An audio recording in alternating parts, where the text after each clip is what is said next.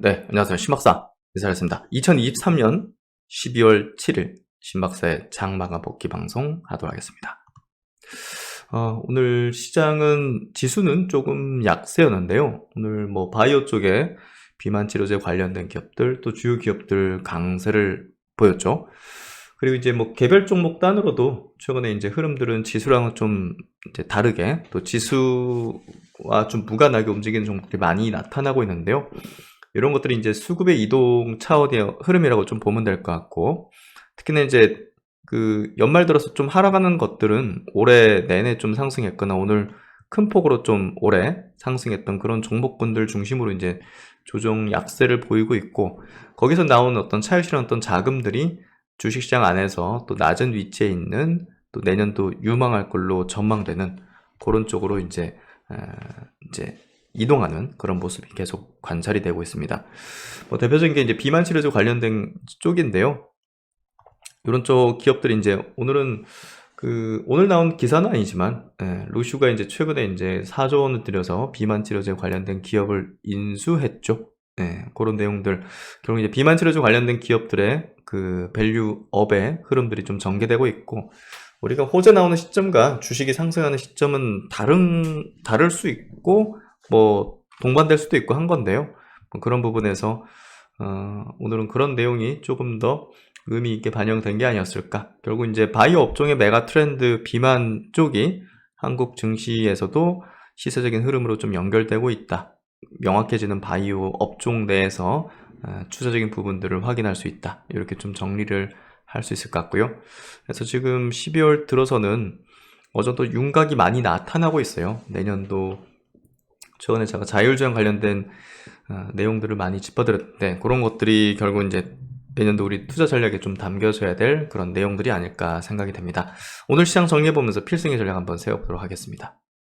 지수 마감부터 해보도록 하죠. 오늘 코스피 지수 0.13% 하락했고요. 코스닥은 0.77% 약세 마감했습니다. 양시장 모두 거래된 건 8조 원 그리고 7조 원 각각 나왔고, 하락 종목 수가 좀 많았습니다. 코스피가 500 종목 넘게 하락했고, 코스닥은 1000 종목 넘게 하락하면서 2배 이상 하락 수가 많았습니다. 수급은 오늘 큰 변동은 없는 부분이고, 코스닥에서 1500억 정도를 외국인이 순매도한 게 조금 작진 않았던 것 같고, 고객의 숨 47조, 신용융계잔고는 17조 3천억 수준입니다. 오늘 해외 증시, 어제 해외 증시, 미국 증시 소폭 하락했죠. 나스닥 기준으로 0.5% 빠졌고, S&P 0.3, 다우도 0.19% 약세 마감했고요. 그리고 이제 니케이 증시가 오늘 1.7% 빠지면서 다소간 시장에서 약세를 보였습니다. 홍콩도 0.85%. 홍콩 쪽이 중화권이 좀 별로 안 좋습니다. 뭐 대만은 좀 다르게 움직이지만 뭐 상해 증시든 뭐 홍콩이든 지금 다른 나라 증시보다는 월등히 좀 약한 어떤 흐름인데요. 중국의 경기가 안 좋습니다. 내년도 전망도 좀 안 좋은 어떤 흐름이고, 내수 기반으로 이제 움직여야 되는 부분이고, 지금 미국 증시는 승승장구인데 이제 이제 글로벌 주도하는 기업이 이제 그쪽에 다 몰려 있는 셈이죠. 그래서 미국과 연결되어 있는 또 관련되어 있는 그 트렌드와 관련되어 있는 종목에 국내에서도 투자를 하는 게 필수적이죠. 그래서 중국에 기댄 어떤 기업들은 뭐 국내 같은 경우 이제 대표적인 게 뭐 인프라 관련된 쪽이라든지 중국 뭐 소비자 관련된 그런 쪽은 별로 그렇게 좋은 분위기가 나타나지 않는 것 같습니다. 오늘 코스피 코스닥 지수 차트 보면요, 장기 평선에서 계속 맴도는 흐름이에요.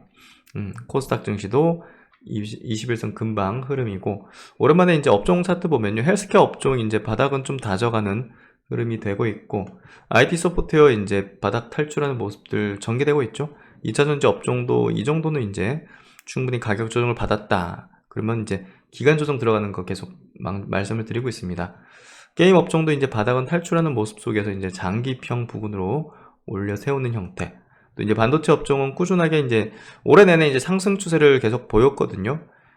그래서 내년도 흐름 자체도 내년 상반기에 좀 업종 측면에서는 좀 고점을 찍으려는 모습이 나타나지 않겠는가, 이렇게 좀 전망을 하고 있습니다. 제약업종, 코스닥 제약업종 지수도 이제 바닥 다지는 모습들, IT 하드웨어 쪽으로도 어느 정도 좀 좋아지는 모습들을 업종별로 지금 나타내주고 있는 그런 부분이고요. 오늘 시총 상위 종목들 보면 뭐 삼성전자 소폭 빠졌고 SK하이닉스는 보합 정도, LG엔솔하고 또 삼성 SDA, 포스코 퓨처엠, 또 시총 상위 이제 2차전지 기업들은 좀 상승하는 그런 흐름을 좀 보여줬던 것 같습니다. LG전자가 좀 많이 빠졌어요. 4% 넘게 빠졌는데 4분기 실적 우려죠. 우려 리포트가 한 2개 정도 나왔는데 그게 영향을 좀 미친 듯 합니다. 어쨌든 그런 영향권이지만 뭐 추세적으로 하락한다 이렇게 좀 보긴 좀 어렵지 않을까 그렇게 좀 분석하고 있고요. 오늘 시총 상위주는 그 정도 수준이고, 그리고 에코프로는 오늘 뭐 이제 크게 변동성은 없었는데요. 에코프로가 이제 장기평을 좀 하회했죠. 그래서 업종의 흐름이 조금 여기서 이제 대장주니까 좀 뭐랄까 상승 추세는 아니다. 반등이지 뭐 상승한 것도 반등이지 상승 추세로 돌아서는 건 아니다. 이렇게 좀 해석되는 그런 부분이고요. 셀트론 헬스케어, 셀트론 그룹주가 최근에는 조금 반락하고 있습니다. 모멘텀이 조금 소멸된 측면이 크죠. 합병에 대한 모멘텀이 좀 소멸하면서 바이오 업종의 이제 주도권이 조금 신약주로 좀 많이 넘어오고 있다는 게 지금 최근에 나타나고 있는 어떤 증시의 흐름 구도다. 그렇게 좀 해석하면 될 것 같고요. HLB 오늘 3% 정도 빠졌고, 클래시스 4% 정도 빠졌고, 루닛 7%. 루닛 오늘 뭐 올해 이제 내내 상승했으니까 좀 빠지는 흐름을 나타내고 있습니다. 그리고 이제 오늘 바이오 쪽에서 이제 의미 있는 시세의 움직임들을 내어줬던 게 대표적인 이제 한미약품이죠. 한미약품 오늘 시세 흐름이 좀 의미 있던 건요. 이제 박스권을 돌파하기 시작하는 그런 구도 흐름이 나타났기 때문입니다. 그래서 그런 부분들이 오늘 좀 작용하는 그런 시세 흐름을 좀 보여줬다. 이렇게 좀 해석할 수 있을 것 같고요. 또 이제 한미사이언스도 이제 뭐 같이 이제 움직이겠죠. 바닥권 탈출하기 시작하는 그런 모습들. 또 최근에 이제 동아 ST를 좀 숨겨진 저평가 메리트 비만 치료제 이제 파이프라인 임상을 갖고 있는 기업으로 했는데 장기평을 오늘 돌파를 시켰습니다. 이런 모습들은 좀 우호적인 시각을 나타내는 그런 패턴이다. 이렇게 좀 해석할 수 있을 것 같고요. 어쨌든 바이오 업종의 많은 종목들이 바닥 탈출 내지는 또 장기 평선을 돌파하는 그런 기조의 좀 흐름들을 내어주고 있기 때문에 내년도 바이오는 좀 맑음이다. 이렇게 좀 해석하는 전략을 가질 필요가 있을 것 같습니다. 오늘 큐로셀도 6% 상승했고요. 유한양행도 최근에 이제 얀센이 변함없는 포텐에 대한 부분들을 이제 밝혔고, FDA 이제 승인 신청서를 제출하기 시작했다고 또 발표를 했습니다. 그런 부분들, 그리고 이제 비만 치료제, 오늘은 비만 치료제에 갖고 있는 부분이 영향을 좀 미친 게 아니었을까 싶고요. 한올 바이오파마, 또 종군당 같이 엄청난 최근에 임상 발표를 했던, 또 기술 수출 발표를 했던 2개 기업도 오늘 좀 강한 어떤 흐름들, SK는 또 내년도 모멘텀이 맞는 종목 중에 하나죠. 장기 평선의 지지력 테스트를 보여주는 패턴을 보여줬습니다. 파로스 아이바이오, 레고캠바이오 등 플러스를 내어줬고, 올릭스도 3% 상승했지만 자금 조달 가능성이 좀 열려있다는 게 좀 우려 포인트고요.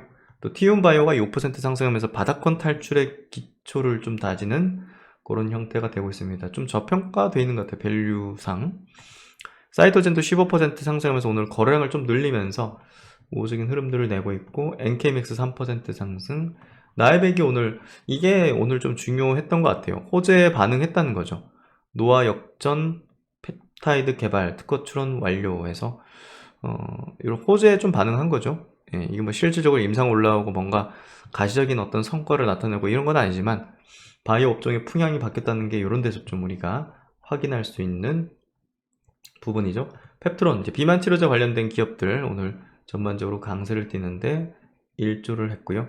에비온도 최근에 조금 바닥에서 탈출 시도를 좀씩 하는 모습이에요.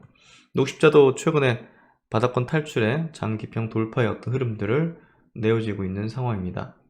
그래서 바이오 신약주들이 최근에 비슷하게 이제 움직여가는 그런 흐름들을 내어주고 있는 상황이다. 이렇게 좀 보면 될 것 같고, 나스닥 생명과학 지수도 보시면 아시겠지만 저점을 높이면서 이제 상승 기조의 흐름들을 나타내려는 모습들을 보여주고 있습니다. 전체적으로 어떤 시장 구도 자체가 우호적인 어떤 흐름들을 내기 시작했고요. 이게 이제 12월 5일날 나온 내용인데요. 비만 치료제 시장이 굉장히 경쟁 가열되고 있습니다. 빅팜이 이제 이 비만 이제 파이프라인을 안 갖고 있는 그런 빅팜들이 이 관련된 기업들을 인수를 하려고 할 겁니다. 네, 필연적일 거라 보여지고요. 100조 원 시장이 열리는 곳에서 뭐 멍하니 쳐다보기만 한다. 이게 좀 이상할 수밖에 없죠. 로슈가 4조 원의 이제 후보 물질을 확보했습니다. 카모트 테라페틱스를 인수했고 위고비 웹바운드 등과 경쟁을 하겠다. 로슈가 미국 바이오 업체를 인수하면서 경쟁이 과열되는 비만 치료제 시장에 뛰어들었다. 27억 불을 3조 5천억 주면서 최대 4억 불은 이제 마일스톤으로 이거 바로 줘버리고 4억 불로 이제 마일스톤으로 받는다. 그래서 이 카모트 테라피틱스는 GLP-1 수용체 작용 약물 후보 물질을 개발해서 임상을 진행 중에 있습니다. 주사제 먹는 약 경구제 두 가지를 갖고 있고 이와 별도로 가체 중인 당뇨병 환자 치료용 후보 물질도 카모트 테라피틱스는 임상을 하고 있다. 그래서 지금 블록버스터 신약들을 내고 있는 노보노디스크 또 일라릴리와 경쟁 구도를 가지려는 모습이고 지금 2030년까지 비만 치료제는 130조 원의 시장으로 성장할 걸로 지금 기대가 되고 있습니다. 그래서 관련된 기업들의 밸류가 높아지는 소리가 들리는 거죠. 그만큼. 그래서 미국의 이제 비만 치료제 관련된 기업들도 상당히 급등하는 모습들을 보여줬고요. 그런 부분에서 국내에서도 이런 관련된 기업에 대한 관심도가 매우 중요한 어떤 시점이 좀 됐다. 그렇게 좀 해석할 수 있을 것 같습니다. 한미약품 관련된 리포트 볼게요. 메리츠증권 리포팅인데요. 비만도 선두, 내쉬도 선두에서 목표 주가를 20% 상승률 높였는데요. 지난 10월 식약처는 에페나글레타이드 비만 국내 임상 3상 계획을 승인했다. 당뇨병 치료제로 개발 중이던 에페클레나타이드의 이번 임상 시험을 통해서 비만 신약으로 제도약을 발판을 마련했다. 이제 국내입니다. MSD는 한미약품부터 기술 도입한 에페나클레나타이드의 임상 시험 2비사항을 위한 환자 등록을 시작했고 한미약품은 이번 4분기 마일스톤의 수령을 전망을 한다. 또 자체적으로 개발 중인 에포시펙글루타타이드 또한 긍정적인 임상 결과를 기대한다. IDMC에서 이제 계속 진행 권고를 받았죠. 이런 부분들이 결국 이제 우호적인 어떤 흐름들로 연결되고 있는 부분이고요. 긍정적 데이터 도출 시 파트너사와의 기술 이전 논의가 활발해질 수 있다. 그래서 이 한미약품이 상당히 또 기대를 받을 수 있는 비만 내쉬가 명칭이 메쉬로 좀 바뀌긴 했습니다. 대사질환 관련으로. 그리고 이제 유진투자증권 CEO 간담회 후기에 대한 내용이 이제 리포팅에 좀 나왔는데요. 신형 파이프라인 진행 현황도 이제 어떤 걸 집중하고 어떤 트렌드로 개발할 건지 이런 것들을 좀 공유를 한 거죠. 일단 제약업계는 그 약가인하 압력을 피할 수가 없다. 국내든 지금 미국 쪽도 마찬가지입니다. 따라서 이제 성장 정체 연구 개발력 약화, 수익성 악화 가능성에 대해서 항상 우려를 하고 있다. 그래서 이제 살 길은 뭐 신약입니다. 결국은 비만을 비롯한 대사질환 치료제 시장이 부각되고 있는 현실에 공감을 한다. 한미약품의 R&D 방향성 및 중장기 전망 등에 대한 의견을 필요하겠다. 대사질환, 항암제, 희귀질환 분야를 주축으로 신약 파이프라인들을 연구개발 중이다. 표적 단백질 분해 기술, TPD, 또 이중항체, ADC 등 신기전에 대한 모달리티 연구도 진행 중에 있다. 그래서 내년도 전망은 꾸준한 실적 성장, 신규 R&D 파이프라인 공개로 긍정적 모멘텀이 기대가 된다. 어쨌든 뭐 내년도 내쉬 치료제 및 비만 치료제 데이터는 25년 하반기 기대가 되고 신규 파이프라인은 내년도 공개될 것으로 예정이 되고 있습니다. 그래서 이제 밸류에이션은 퍼 밸류에이션으로 이제 한 20배, 27배, 28배 왔다 갔다 수준으로 크게 이제 부담은 없는 그런 수준이다.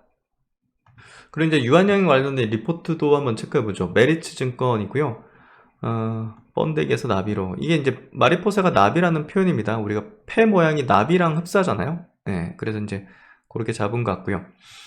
렉나자 이제 내년도 국내 1차 치료제 급여 등재, 그리고 미국 신약 등재 통한 매출액에 대한 성장, 그리고 이제 차기 넥스트 파이프라인들, 알레르기, 또 이제 내시 쪽, 이제 여러 질환에 대한 파이프라인 보유하고 있기 때문에, 기대를 해볼 수 있는 부분이고, 마리포사 임상 3상 결과로 주가가 좀 과도하게 하락했다. 얀센의 믿음은 그대로였다는 게 중요한 포인트가 아닐까 싶습니다.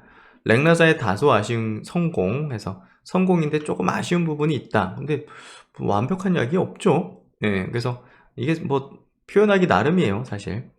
그런 부분을 좀 이해하시면 될 것 같고, 뭐 각자 다 의견이 있는 거니까, 기자든 애널리스트든 다 각자가 있는 거고, 또 저 나름의 또 의견이 있는 거고, 시세가 떨어졌다고 안 좋은 쪽으로 또 편향돼서 이렇게 막 의견을 표하고, 오르면 또 오른 대로 좋은 점에 편향해서 의견을 얘기하고 하는 것들은 좀 적절치 않습니다, 우리가 투자하는 입장에서는. 그래서 시세에 따라 가지고 의견이 바뀌거나 그런 것보다는, 보다 더 이제 이런 중장기적인 가치 상승을 이루는 기업들은 팩트에 대한 분석을 좀 면밀하게 투자자로서의 어떤 관점에서 하는 게 필요합니다. 연구자로서가 아니라 투자자로서의 어떤 관점을 가지는 게 필요하다. 그게 좀 중요한 포인트가 아닐까 싶고요. 렉나자 임상 3상 마리포사 결과는 시장 기대에 다소 못 미치는 아쉬운 성공을 안겨줬다. 타브리소가 독자하고 있던 EGFR 변이 1차 비소세포 폐암 시장을 타겟으로 타브리소 매출 상당수를 가져올 것으로 기대하였으나 예상보다 저조한 중간 결과를 발표, 반쪽짜리 성공을 거두었다. 다만 임상 결과 자체는 성공적이며 임상 현장에서 1차 치료제의 선택지 중 하나로 충분히 경쟁할 만하다. 아직 OS 등 추가적인 데이터 발표가 남아있으며 국내 1차 치료제 급여 등재 및 미국 신약 등재를 통해서 매출액 증가를 전망한다. 그래서 OS는 경향적으로 지금 타브리소 대비해서 좋게 나올 걸로 예상하는 거죠. 존슨앤존슨 측은. 그게 이제 쉽게 바뀔 수 없는 부분이고, 결국은 이제 화학 병용을 했기 때문에 OS가 잘 나올 리는 없습니다.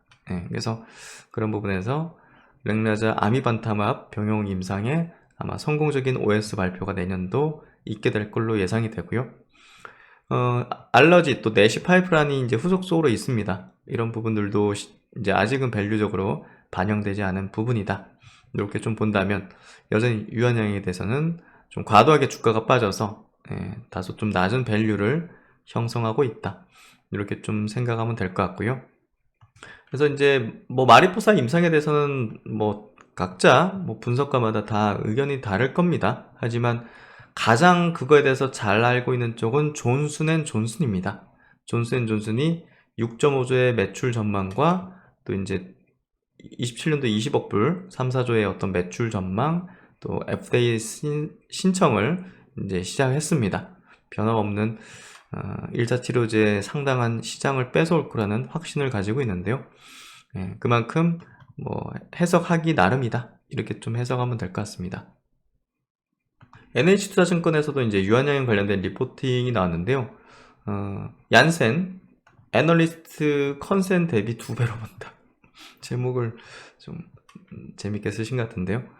어쨌든 존슨앤존슨 컵데이 진행하면서요, 마리포사 1차 치료 관련 OS의 통계적 유익성 확보, 그리고 표준 치료제에 대한 자신감을 표현했고요. 올해 이제 FDA 승인 신청 후 추가 데이터로 더 강해질 것이다. 보조요법 3상 개시할 경우 미반영된 매출 확대가 가능할 것이다 라고 하고 있고요. 어쨌든 뭐 OS 데이터는 통계적으로 유의성 있게 나올 것으로 믿고 있다.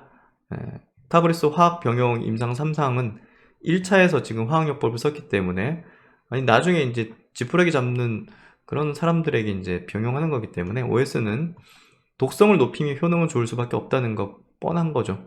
그래서 어쨌든 OS 측면에서는 좀 좋지 않을 걸로 예상이 되고 있고, 전세계 EGFR 변이 1차 치료 시장 50% 목표를 잡고 있고요. 타그레스보다 높은 MS, 얀센 추정에서 27년 매출은 26억 불, 컨센은 지금 13억 불인데요. 그거보다 2배를 잡고 있다는 거를 얘기를 하는 겁니다. 그래서 우리가 뭐 얀센은 상업 기업입니다. 우리가 상업적인 분야에 있지 않은 사람들의 의견보다 이거 최전선에서 자기들이 마케팅해서 최대한 팔려고 하는 회사입니다. 이런 회사의 컨센이 더 중요하다. 글로벌 1위, 1, 2를 다투는 마케팅망, 이제 영업망을 갖고 있는 회사 입장에서의 어떤 의견이 더 신뢰도가 높다. 그리고 이제 리브리반트 SC 제형은 최대한 빨리 출시해서 지금 정맥주사의 어떤 단점을 보완할 것이다. 그런 얘기를 하고 있고요. 결국 이제 뭐죠? 항암제는 결국 이제 이 이상 반응이라든지 여러 가지 있긴 하지만 뭐 관리될 수준이고, OS를 포기할 수준은 아니다. 예. 더 오래 사는 걸 추구할 거라는 거죠. 항암제는 좀 관대한 편이죠. 예. 이제 부작용에 대해서. 왜냐하면 오래 사는 게 더 중요하니까요. 그래서 뭐 나중에는 뭐 정말 후기암 같은 경우는 그 진통제로 이제 더 오래 살려고 하잖아요. 한 달이라도. 예. 그렇기 때문에 유효성 부분이 훨씬 더 중요하다는 거. 예. 그런 부분을 이제 얀센은 잘 알고 있는 거죠. 그래서 우리가 뭐 단점과 장점을 비교해 가지고 뭐 이게 뭐 처방하고 의사가 처방하고 좀 말도 안 됩니다. 지금. 예. 의사들 입장에서, 환자 입장에서 생각해 보십시오. 예. 그래서 그런 부분에서 얀센이 자신감을 갖는 이유는 분명히 제일 잘 알고 있기 때문이라고 볼 수 있을 것 같고요. 얀센은 애널리스트의 컨센 대비 2배를 보고 있다는 거, 이 부분을 좀 중요한 포인트로 삼을 필요가 있습니다.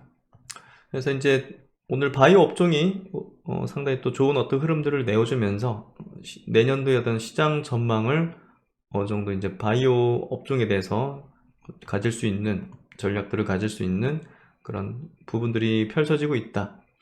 오늘 수급은 큰 변동사항이 없어가지고요. 큰 의미는 좀 지니긴 어렵겠지만 그래도 삼성 SDI, 뭐 한미약품이 좀 들어가 있죠. 에코프로, 뭐 또 한미반도체, 카카오 이런 기업들, 한미사이언스도 이제 들어있네요. 그래서 바이오 쪽이 오늘 좀 많은 편이고, 코스닥은 에코프로, 뭐 하나머티리얼즈, 리노공, 오늘 반도체 쪽이 좀 있네요. 동진 세미캠도 있고, 와이버로직스는 오늘 엄청 상한가 신규 상장했죠. 그래서 바이오 분위기 좋을 때 이게 언제 상장하는지가 중요한 게임이죠. 어떻게 보면 신규 상장주는 유진테크 이런 기업들, 반도체 기업들이 좀 오늘 수급 구도가 좋았던 것 같습니다. 네, 하여튼 뭐 오늘 시장 구도는 바이오 중심으로 좀 움직였던 것 같고, 내년을 대비하는 스마트 머니들의 발빠른 움직임들이 나타나고 있습니다. 이런 부분을 잘 참고하셔가지고 필생의 전략으로 담아내는 게 필요하지 않을까 싶습니다. 네, 오늘도 수고 많으셨고요. 신박사는 또 다음 시간에 좋은 내용으로 뵙도록 하겠습니다. 이번 주 토요일날 강연인데요. 신청하신 분들 따숩게 오셔가지고 정말 많이 준비를 했습니다. 내년도에 대한 투자 전략의 윤곽을 잡아놨고요. 순차적으로 움직일 수 있는 어떤 시점적인 시나리오적인 부분들까지도 같이 전략을 좀 세워놨습니다. 네, 하여튼 뭐 그런 내용들 같이 드리면서 또 나눔 인사이트라는 또 커뮤니티에 대한 아주 가치를 높일 수 있는 그런 어떤 비즈니스에 대한 얘기들도 같이 드리면서 이번 주 토요일 날 참여하신 분들 꼭 오시면 좋을 것 같습니다. 네, 하여튼 뭐 오늘도 수고 많으셨고요. 신박사는 다음 시간에 뵙도록 하겠습니다. 감사합니다. 제가 처음으로 공식적인 저의 이제 차트 심리 이론 강의를 이제 이렇게 집대성해서 20시간짜리의 강의로 이제 만들었는데요. 팬 플랫폼 회사 이제 팬딩과 같이 협업을 통해서 팬딩 사이트에 강의를 올려두었습니다. 그래서 많은 분들께서 작년 가을부터 이제 들어주셨고 또 이제 많은 또 후기 남겨주셨는데요. 최근에도 한 이제 수강자 분께서 이제 올려주신 내용입니다. 심박사님의 강의를 일주일 동안 푹 빠져서 열심히 들었습니다. 주식 경험이 오래되었지만 감으로 했던 지난날을 되돌아보면서 많이 반성을 했습니다. 이제 주식 인생의 첫 번째 스승님을 모시게 되었으니 평생 가르침을 배우며 열심히 공부하겠습니다. 저는 이 부분이 좀 더 굉장히 감명 깊었던 것 같아요. 제 강의를 듣고 나서 안개가 많이 거친 것 같아. 주식을 처음 시작할 때 저도 그랬던 것 같아요. 뭔가 좀 이쪽 방향으로 가면 맞는 걸까? 네, 이쪽 터널로 들어가면 분명히 출구가 있는 걸까? 네, 이쪽 구름을 막 안개, 구름을 헤치고 나가면 빛나는 어떤 세상이 있을 것인가 라는 어떤 그런 것들. 제 차트 심리 이론은 사실 이제 어떤 원리적인 부분인 거죠. 예, 우리가 어떤 뭐 종목이나 업종이나 산업이나 시장을 분석하는 거를 사실 뭐 뛰어넘어서 원리적인 작동 원리죠. 그 작동 원리에 대해서 이해를 하게 된다면 사실 굉장한 어떤 뭐랄까 자신감이라고 해야 될까요? 예, 멀리서 이제 객관적으로 바라볼 수 있는 어떤 그 뭐 투시경, 암경, 이게 모든 걸 100% 맞출 수 있는 건 아니지만 그래도 어떤 방향으로 우리가 바라봐야 될지 시장이나 어떤 또 이제 어떤 수급 구도라든지 이런 것들을 볼 때 원리적인 측면에서 생각을 하면서 보다 더 대중과는 다른 어떤 그리고 메이저의 어떤 그 행동들 그리고 메이저의 어떤 패턴들이 어떤 방향으로 바닥을 형성하는지 아니면 고점에서 물량을 대중들한테 팔려고 올리는 건지 이걸 구분할 수 있는 거죠. 단순히 올라가는 게 좋고 떨어지는 게 나쁘고 하는 거는 단순히 그냥 대중적인 어떤 투자자일 뿐입니다. 하지만 그 속에 담겨 있는 어떤 내용들, 어떤 이면들, 어떤 원리들, 작동 원리 등 이런 것들을 좀 이해하는데 큰 도움이 되실 거라고 생각하는데요. 그게 이제 전달됐던 게 아니었을까라는 생각이 듭니다. 앞으로 평생 해야죠. 투자라는 건 평생을 해야 되기 때문에 어떤 종목으로 수익을 많이 냈다고 어떤 특정 시점에 수익을 많이 냈다고 그게 끝이 아니죠. 그게 계속적으로 활용할 수 있는 방법으로 했는지를 깨닫는 게 필요할 겁니다. 그래서 단발성으로 주식을 투자하는 게 아닌 정말 평생을 두고서 투자라는 어떤 행위를 우리의 인생과 같이 맞춰나가면서 보조를 맞춰나가면서 해나가는 게 필요할 수밖에 없습니다. 그 길을 같이 가기 위해서는 분명 시장을 움직이는 어떤 원리를 이해하고 그 이론을 바탕으로 그 원리를 바탕으로 시장을 주식을 바라보면서 분석하는 게 필요합니다. 강의 한 번으로 신박사님의 모든 기법을 알 수는 없을 것 같아서 향후 10번 정도 정독을 할 예정입니다. 신박사님만 알고 있었을 비기를 회원들에게 널리 알려주셔서 진심으로 감사드립니다. 홍익인간의 정신이 멀리 있는 게 아니라 신박사님의 강의에 있다는 것을 느꼈습니다. 라고 힘이 되게 또 올려주셨습니다. 차트 심리 이론을 조금 더 업그레이드하고 향후에 이제 조금 더 고난이도의 어떤 조금 깊숙이 더 들어가가지고 그런 어떤 내용들도 향후에 좀 선보일 수 있는 시기가 있지 않을까 싶고요. 결국 이제 우리가 투자를 통해서 큰 수익을 거두는 것은 강세장인데요. 강세장이 오기 전까지 우리가 충분히 그 내공을 쌓아서 행동으로 바로 즉각적으로 할 수 있도록 이론적 탄탄함, 기준적 탄탄함, 그리고 시장의 어떤 작동 원리를 이해하는 그 단단함, 그런 것들을 갖고 있어야 될 것 같습니다. 그래야 확신을 가지면서 좀 강한 또 이제 투자의 어떤 베팅을 할 수 있고 그걸 통해서 계좌를 또 레벨업 할 수 있고 어떤 종목은 또 단기로 해야 되고 어떤 종목은 또 장기로 해야 되고 하는 구분을 확실하게 할 수 있을 거라고 생각합니다. 그래서 앞으로도 많은 분들께서 차트 심리로 이론을 통해서 철학적 기준을 탄탄하게 만드셨으면 좋겠다는 생각이 들고요. 강나루님께도 이렇게 또 후기 남겨주셔서 감사드리는 말씀 전하도록 하겠습니다. 제 그 영상의 댓글 보시면요, 강의를 수강할 수 있는 이제 URL 주소를 이제 남겨놨는데요. 그 커리큘럼에 대해서 한번 간략하게 체크해 드릴게요. 결국은 100억 주식 자산가로 가기 위해서는 정말 탄탄한 어떤 기준을 갖고서 다양한 시장에 대해서 대응할 수 있는 방법론을, 전략들을 가질 수 있어야 됩니다.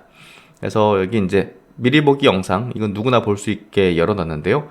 카카오에 대해서 제가 갖고 있는 그 차트 심리 이론상의 7가지 아이템 법칙의 실제 적용 사례를 통해서 메이저 세력들이 매집한 구간들 주가가 띄우고 또 대중에게 팔기 위한 어떤 액션들이 어떤 메커니즘으로 이제 프로세스로 이제 만들어졌는지를 통해서 대중과 어떻게 반대로 우리가 액션을 취해야 돈을 벌 수 있는지에 대해서 쉽게 카카오 종목을 통해서 적용 사례를 분석해 드렸습니다. 이 내용을 보시면 너무나 명확히 이해가 가능하실 거라 생각하고요.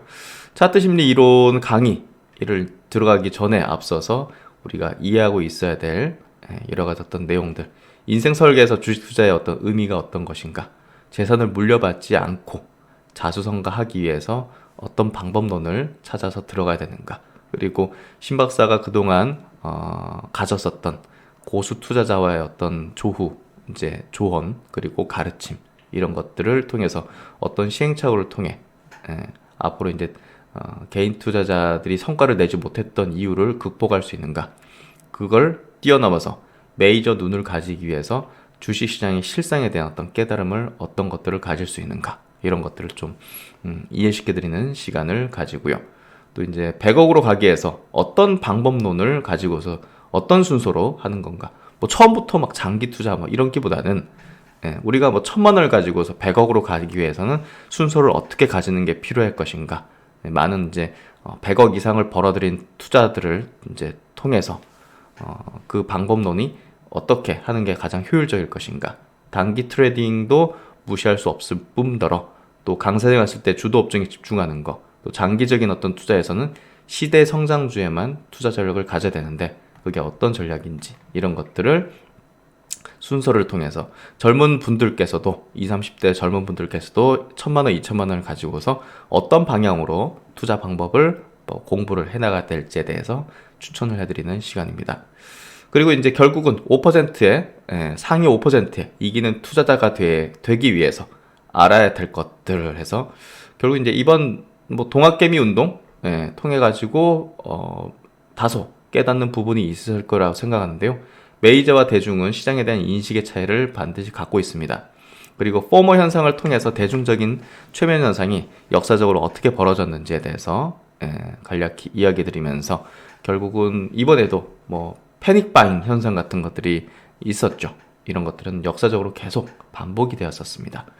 주도주로 불리는 시점부터, 그리고 주도주 저점 매수를 외치는 시기 해서 대중들은 어느 시기에 뛰어들어서 물리는가, 이런 것들.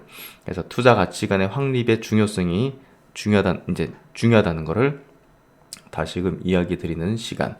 그리고 동학개미 운동의 시사점, 그리고 피터 린치라는 투자의 어떤 현인의 칵테일 이론에 비춘 지금 시장의 어떤 패턴, 그리고 타이밍이 얼마나 중요한 것인지, 아무리 좋은 종목을 알았다 하더라도 좋은 타이밍에 매수하거나 매도하지 못한다면 아무 소용이 없습니다. 주식 투자는 나무와 숲을 같이 봐야 한다는 측면을 이야기 드리고, 어떻게 보면 타이밍이 더 중요할 수 있다는 측면들, 카카오, 네이버, 삼성전자 좋은 주식인 거 누가 모르겠습니까? 하지만 왜 많은 사람들이, 왜 대부분의 사람들이 물려있는가를 생각해 본다면 어찌 보면 타이밍이 더 중요할 수 있다는 걸, 그 타이밍을 포착하기 위한 어떤 이론이 굉장히 주식 투자에서의 성패, 또 장기적으로 우리가 100억 이상을 버는 데 있어서 매우 중요할 것이라는 것을 알 수 있게 해주는 그런 내용들을 담아봤습니다. 그래서 메이저, 기관, 개인 간의 포식관계, 피라미드 구조를 통해서 우리는 당연히 대중투자자의 습성을 버리고 완벽한 거대 외국계 자본 내지는 기관, 사모계열의 집단들의 특징을 이제 우리가 이제 따라잡아서 그쪽에 이제 편승하는, 고래 등에 올라타야지 새우들 틈에서 계속 왔다 갔다 하면서 그들과 함께 말을 섞고 생각을 섞고 행동을 섞으면 결국은 이 포식자의 먹잇감밖에 되지 않는다는 것들을 종목별 사례를 통해서 이해하는 매우 중요한 시간을 6강에서 가지게 됩니다. 이 챕터 3에서는 메이저 큰손의 전략을 이해하는 매우 중요한, 여러분들이 이제 주식에 대한 어떤 가치관을 완전히 뒤집어 버릴 수 있는 그런 내용들을 담았기 때문에 굉장히 중요한 내용들이다. 주식시장의 설계자들과 종목별 사례 분석, 이 내용은 굉장히 제가 심사숙고해가지고 만든 그런 내용입니다. 주식시장의 설계자들에게 기획에 필요한 2가지, 그리고 설계자들의 실행 3단계, 구체적인 종목별 사례를 통한 차트 분석, 이를 통해서 여러분들은 완벽하게 그동안 해온 주식시장에 대한 어떤 방식을 바꾸게 될 수 있는 그런 어떤 변곡점의 어떤 강의가 될 겁니다. 그래서 이제 차트에서 배우는 메이저 큰 손들의 전략에서 개인 투자자의 단점이 드러나는 차트의 모습. 이 자리는 메이저가 잠시 쉬는 구간으로 삼았는데도 불구하고 많은 개인들은 굉장히 두려워하면서 물량을 뺏기는 구간, 뭐 이런 것들. 저는 또 개인 투자자분들과 오랜 기간 같이 하면서 그들이 굉장히 두려워하고 광분하는 그런 지점들에 대해서 실제 이제 케이스를 갖고 있는 셈이죠. 그러다 보니까 더욱더 명확하게 이런 것들에 대한 깨달음을 얻었던 것 같은데요. 그래서 여러분들에게 실제적인 어떤 사례를 말씀드릴 수 있는 것 같습니다. 차트에서 보여준 메이저의 시나리오, 차트와 메이저 수급은 선행한다. 그리고 대중투자자와 메이저 큰손의 특징을 비교함으로 해서 여러분들은 반드시 메이저의 전략에 편승하는 시각을 가지게 될 수 있을 겁니다. 그래서 여기 주식 투자의 기준과 전략을 만드는 방법에서는 조금 철학적인 내용들을 담긴 했지만 역시나 가장 근본에서 이제 여러분의 어떤 이론적 근간을 형성하게 될 가장 탄탄한 바탕을 만드는데 도움이 되실 거라고 보고요. 제가 매매 기법을 만드는 과정에 대한 그동안 어떤 프로세스를 자세하게 설명드리는 시간을 여기서 가집니다. 그래서 차트적인 부분이 굉장히 중요하고 차트에 대한 기본기를 다지는 시간, 캔들 차트의 의미와 활용, 도지 형태의 의미와 종목별 사례, 거래량의 이제 해석, 거래량이 급감하고 늘어나고 하는 것과 주가가 올라가고 내려가는 게 어떤 상관성을 가지면서 어떤 시각으로 봐야 될까? 기본적인 거지만 거래대금, 유통주식수, 이평선, 이격도가 어떤 의미를 가지면서 어떻게 활용을 해야 되는가? 그래서 차트의 기초적인 내용들을 여기서 담아냈습니다. 차트 패턴, 하락세기, 상승세기, 강세 반전, 약세 반전, 갭의 의미와 단계별 분석과 활용, 갭의 종목별 사례 분석을 통해서 차트에 대한 기초 지식, 기본적인 지식을 다지는 시간. 돌파 붕괴 횡보 개념.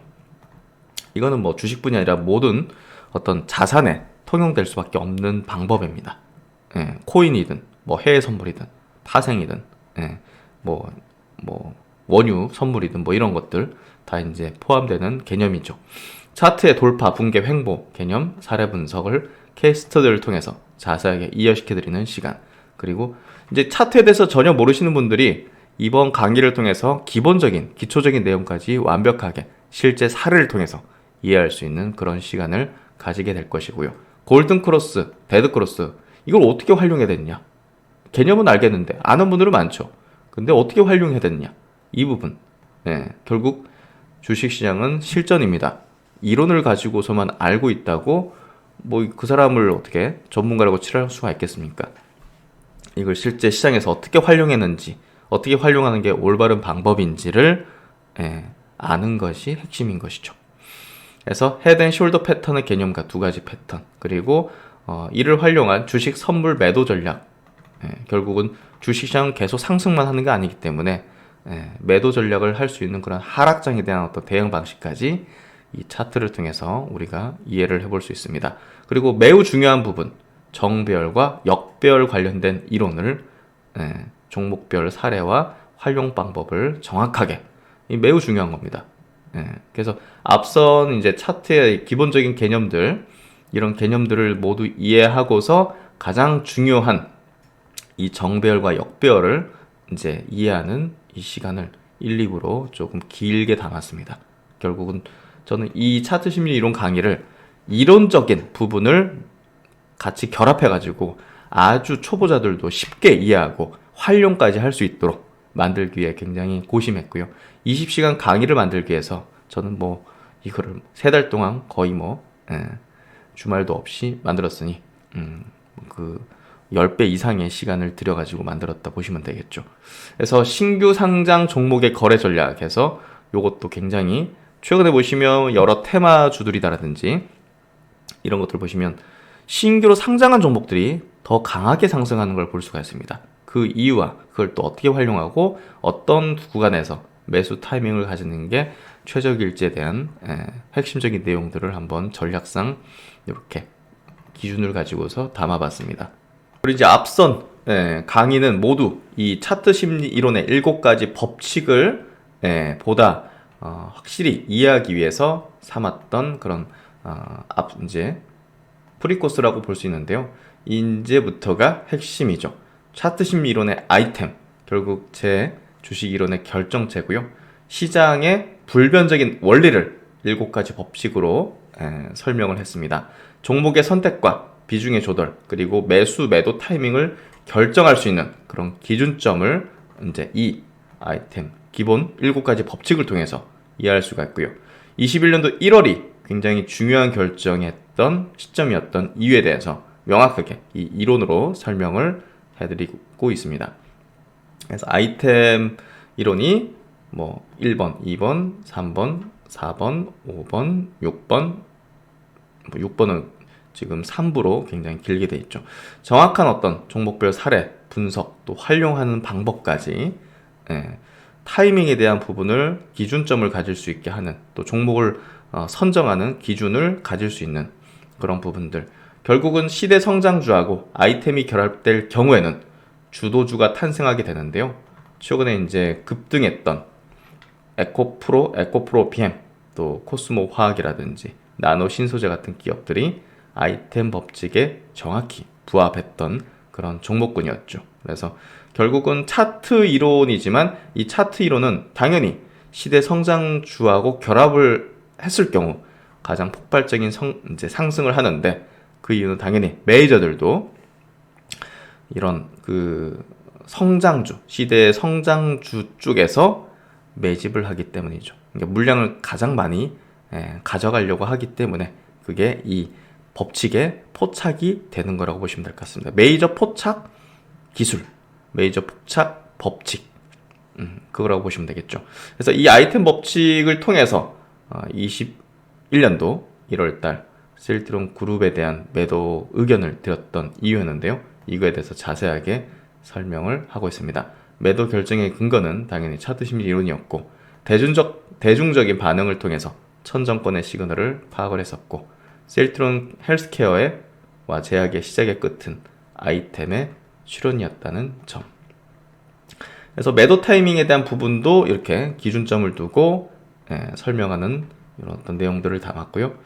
그리고 중기 추세 하락을 시작하는 어떤 패턴들, 이제 전환점들, 그리고 바닥을 형성하고 이 바닥에서 이제 상승 추세로 전환하기 전에 나타나는 현상들, 이런 것들을 자세하게 과거 사례를 통해서 설명을 드렸습니다. 이를 통해서 여러분들은 최근의 시장이 바닥점을 형성하고 있었고 추세의 전환점을 만들고 있었다는 것을 이해하실 수가 있고, 저희 이제 멤버십 회원분들께서는, 강의를 수강하신 분들께서는 그게 이론적으로 이해가 되셨기 때문에 강하게 투자를 하실 수 있었을 거라고 생각합니다. 그래서 제가 증시의 바닥권에서 강의를 론칭한 이유는 이 기회를 반드시 살리기 위해서는 이론적인 확신이 있어야 된다는 거, 그 부분에 있어서 강의를 론칭했고, 그걸 잘 이해하시고 그리고 활용하신 분들은